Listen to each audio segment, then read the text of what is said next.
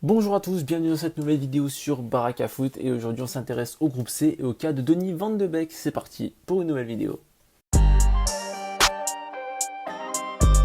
Alors, pourquoi je m'intéresse aujourd'hui à Donny Van de Beek, qui est un joueur que nous connaissons pour la plupart tous très bien. C'est déjà pour sa saison à Manchester United. On y reviendra un petit peu plus tard, mais on va tout de suite attaquer par son CV comme pour tout le monde. Donc voici le CV de Donny Van de Beek, 24 ans, milieu de terrain. Il joue actuellement à Manchester United, il mesure 1m84. Il est donc droitier et de nationalité hollandaise.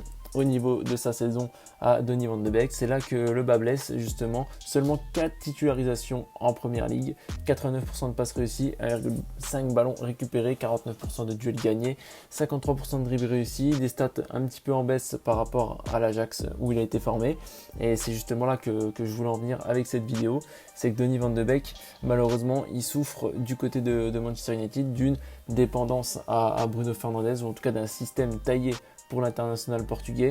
Et du coup, est-ce que c'était le choix adapté de sa part de rejoindre un club comme Manchester United, ou en tout cas un collectif et un contexte comme celui de MU?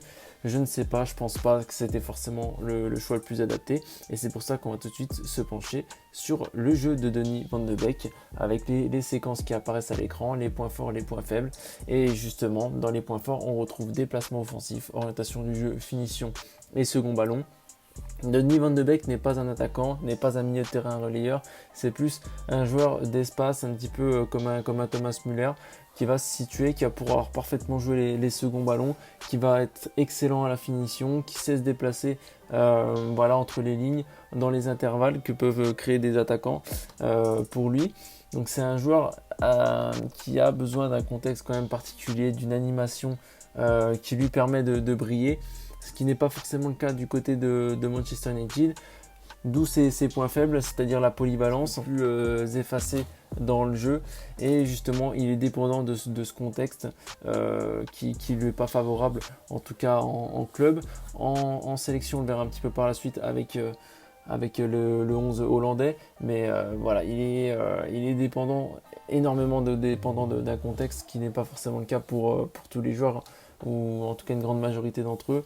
Et dans l'utilisation du ballon, justement, voilà, c'est un joueur qui va plus jouer en une, deux touches, et qui va devoir se déplacer vraiment entre les lignes avant de servir le ballon, avant d'être servi pour toucher le ballon.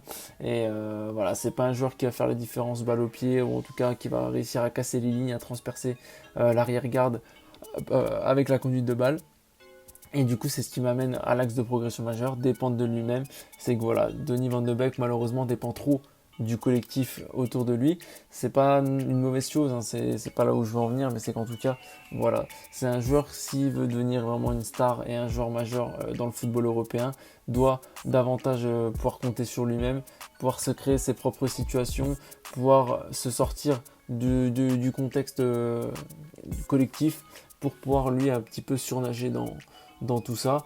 Et en tout cas, on peut avoir quand même des motifs d'espoir pour Donny Van de Beek, qui est quand même un très bon joueur de football. Mais malheureusement, je pense que son avenir à Manchester United est un petit peu bouché. Et du coup, on va pouvoir s'intéresser désormais à la place de Donny Van de Beek à l'Euro. C'est un joueur qui va faire partie de la rotation des Pays-Bas, de Frank de Boer. Et voilà, en tout cas, vous avez le 11 qui s'affiche à l'écran dans ce 4-2-3-1, 4-3-3, c'est une question de pareil d'animation.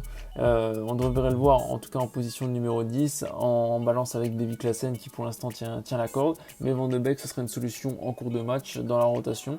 Donc voilà, quand il arrive, on le verra jouer des minutes à l'Euro. Donny Van de Beek, ça, il n'y a pas de souci là-dessus. Vous pourrez vous allumer votre télé.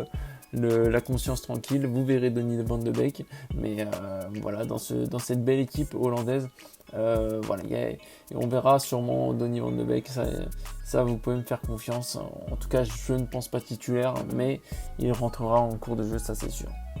Voilà pour Donny Van de Beek, j'espère que cette vidéo vous a plu, et moi je vous dis à dans 2 jours pour un nouveau profil de joueur. Cette fois-ci, on retournera sur un petit joueur un petit peu moins connu du grand public.